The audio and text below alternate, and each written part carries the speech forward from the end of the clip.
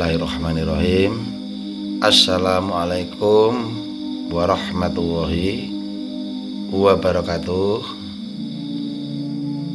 Sahabat channel YouTube Gaib yang berbahagia, kesempatan kali ini saya ingin berbagi, yaitu bagaimana caranya untuk melihat jin korin kita. Banyak mungkin yang request. Nah, saya berikan tutorial ini supaya sahabat-sahabat semua tahu bagaimana cara kita untuk melihat jin korin kita, bagaimana yang mudah, simpel. Sebelumnya setidaknya saya jelaskan dulu dari awal. Jin korin itu memang ikut pada kita saat di kandungan. Sampai sekarang kita ada, dan tugasnya untuk menemani kita. Bagi salah satu orang yang menguasai itu jin korin ini ada jenisnya yang bersifat positif dan satunya bersifat negatif. Sebetulnya itu ada pada sifat manusianya itu sendiri. Sebetulnya dia itu netral dua-duanya itu. Tapi apabila terlalu si manusia itu memburu nafsu, memburu keduniawiannya, maka yang cenderung kuat itu adalah jin korin yang bersifat negatif. Nah, dikatakan korin jihin gitu. Dia ada di kiri kita, sahabat ya. Terus yang untuk jin korin satu yang sebelah kanan itu, yang orang bilang korin malakut, itu bangsa korin jin juga. Korin jin juga, tapi dia digelarnya seperti itu karena dia lebih membawa kepada kebaikan kita, mengajak untuk kita berbuat baik. Ibaratnya misalnya sahabat itu menemukan sesuatu lah, ibarat di jalan itu kan biasanya ada dua pemikiran.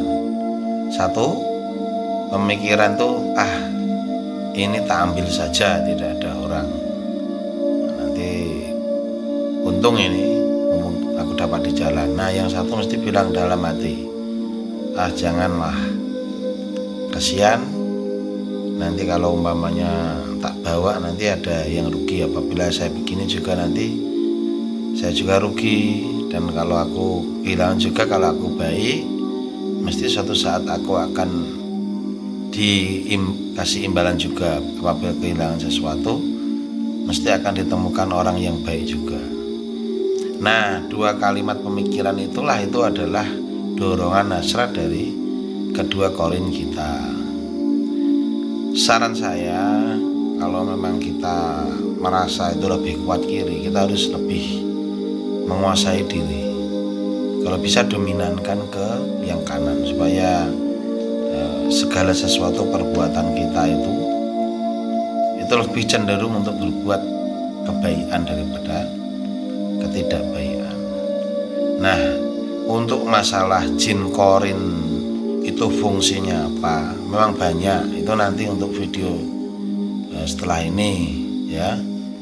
Fungsi misalnya mau dimanfaatkan untuk kekuatan, kesaktian, kekuatan kekebalan, kekuatan pengasihan, kewibawaan, kekuatan energi penglaris atau apa, itu banyak di situ. Nanti saya sebutkan yang itu bagaimana caranya atau aplikasinya, mengaplikasikan supaya jin korin bisa dimanfaatkan. Itu ibaratnya tugasnya itu ditambahi, tapi dia itu ibaratnya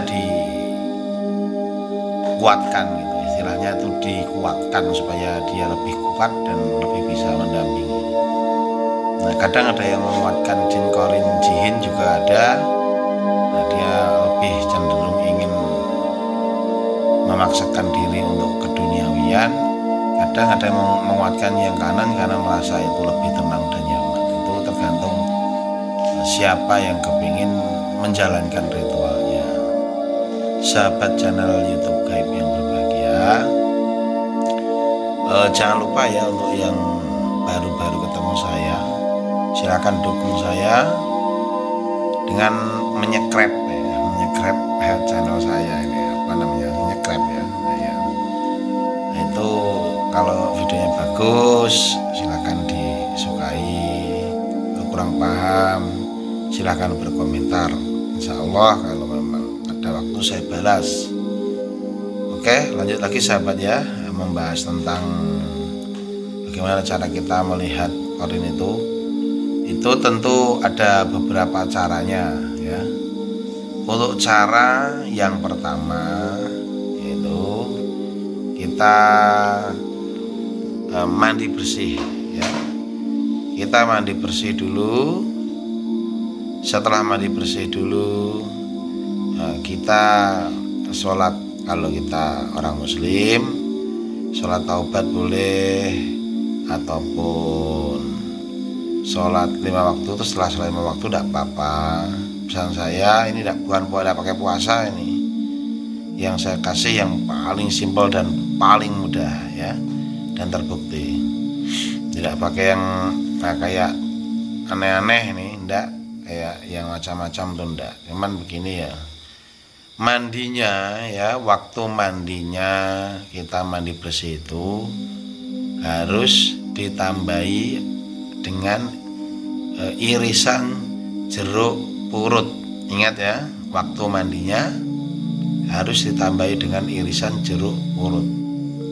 Jadi jeruk purut itu kita iris-iris, kita peras di air atau ditaruh dalam satu ember yang besar itu, dipakai untuk mandi sahabat ya.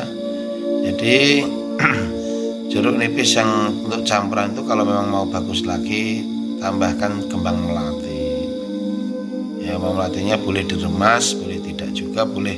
Kalau tidak, caranya kita tunggu agak setengah jam kembang itu direndam biar energi atau baunya itu menyeresap ke air itu untuk mandi.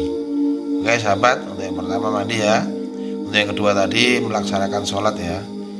Nah, setelah melaksanakan sholat itu, nah ini caranya. Kita waktu aplikasi itu sekitar tengah malam pokoknya ya. Boleh jam 11 boleh, 12, 1, 2 boleh, antara jam 11, 12, 1, dan 3 itu terserah mana yang sahabat gaib semua mau, sahabat channel gaib semua mau menjalankannya. Untuk setelah kita sholat misalnya, kita mandinya ya tengah malam, itu bukan sore ya. Jadi siapkan alatnya itu, nanti jam 11 kita mandi. Boleh pakai air hangat, tidak apa-apa, tapi campurannya harus lengkap tadi. Sebelumnya itu berdoa bahwa niatnya untuk melihat korin yang mendampinginya sahabat ya. Terus yang kedua sholat tadi, nah, berarti ketiganya persiapan bagaimana caranya. Siapkan cermin ya sahabat ya. Kalau perlu cermin itu yang besar. Misalnya kamar-kamar sahabat itu kalau ada cermin yang besar di itu lemari-lemari itu, wah itu kebetulan sahabat lebih mudah dalam mengaplikasikannya. Maaf ya, salah ngomong. Nah, itu sahabat tinggal mencari kursi ya. Setelah cermin itu kursi. Ambil jarak sekitar 1,5 meter atau 2 meter. Paling ya 2 meter ya sahabat, 1,5 meter atau 2 meter. Dan di situ sahabat ya, pesan saya jangan terlalu terang lampunya. Boleh pakai lilin ya kalau mau bagus. Pakai lilin malah bagus karena cahayanya itu tidak terlalu terang. intinya dibikin cahaya tuh agak meremang ya, nggak gelap ya, tapi agak meremang, redup lah ya sahabat semua. Terus begini caranya ya, di situ setelah siap semua, sahabat juga nyiapkan juga minyak wangi ya. Minyak wangi itu yang penting non alkohol, baunya bebas, terserah sahabat mau pakai bau apa. Yang penting itu minyak wangi itu yang bebas ya, tapi bebas baunya itu bebas, tapi jangan yang beralkohol itu. Nah kalau sudah, wangikan seluruh badan sahabat itu rata satu badan, dikit-dikit ya. Sudah, duduk dan niatkan, berdoa dulu. Ya Allah, saya mohon izinkanlah saya melihat menemui Qorin pendamping pribadi saya, izinkanlah ya Allah, amin. Nah setelah itu berdoa itu bertawasul kita ila hadrati, kita kirimkan kepada Rasul kita Nabiullah Muhammad Sallallahu Alaihi Wasallam ya. Terus yang kedua, niatkan juga tawasul kepada para sahabat Abu Bakar, Umar, Utsman dan Ali, juga Al-Fatihah ya. Terus yang ketiga, kita kirimkan kepada 4 malaikat ya, malaikat Jibril, malaikat Mikail, malaikat Israfil, malaikat Israfil ya. Yang keempat, kirim Fatihah kepada kedua orang tua kita, walaupun orang tua kita sudah mati, walaupun orang tua kita masih hidup, tetap sama, harus dikirim Fatihah. Misalnya hadrati, orang tua kita siapa. Yang kelima ya, selanjutnya itu kirim Fatihah kepada penjaga badan kita, khususon Qorin badan kita ya, Al-Fatihah. Setelah itu ingat urutannya ya, nanti baca surat An-Nas 3 kali, surat Al-Ikhlas 3 kali ya. Setelah itu membaca sholawat Nabi, Allahumma sholli ala Sayyidina Muhammad wa ala Sayyidina Muhammad 21 kali ya sahabat ya. Setelah itu ingat, setelah baca itu menengoklah kamu ke kanan seperti ini, beristighfar, astagfirullahaladzim, astagfirullahaladzim, berapa kali terserah. Menengoklah kamu ke kiri, astagfirullahaladzim, astagfirullahaladzim, sehingga ya terakhir ya, terakhirnya tengok sekali lagi, assalamualaikum ya Qorin pendampingku. Sebelah kiri lagi ke assalamualaikum warahmatullahi wabarakatuh ya Qorin pendampingku. Oke sahabat, setelah itu nah ini sahabat duduk, pandanglah cermin di depan sahabat ya, ucapkan kalimat ya Hayyu ya Qayyum ya, ingat ya Hayyu ya Qayyum ya Ghaibu ya Wujudi ya Hayyu ya Qayyum ya Ghaibu ya Wujudi. Boleh dihafalkan dulu sebelum melakukan ritual mudah tuh. Ya Hayyu ya Qayyum ya, kayak gitu. Ya Ghaibu ya Wujudi ya. Kalau sahabat sudah membaca itu, baca terus sambil melihat cermin itu. Jadi kalau pelan-pelan wajah sahabat itu berubah, ataupun sahabat melihat suatu penampakan kanan kiri di dalam cermin sahabat itu jangan takut ya. Jangan kabur.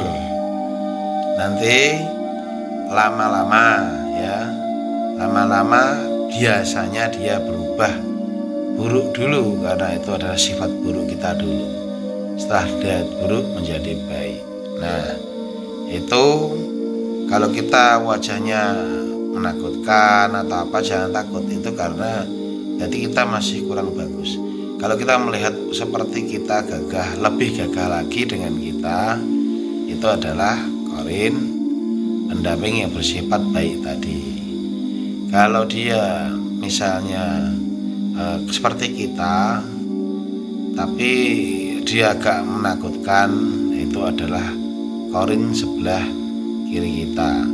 Kalau yang nampak itu beda dengan kita, tapi lebih menakutkan ya, agak serem gitu, hitam ataupun matanya gimana, atau ini gimana, rambutnya gimana keluar tiba-tiba terus pandang terus tuh. Kalau kamu selagi tidak berkedip pas mandang itu tidak bakal hilang itu ya. Nah itu berarti kodam pendampingmu sahabat. Begitu ya. Apa yang sudah saya jelaskan, semoga sahabat mengerti.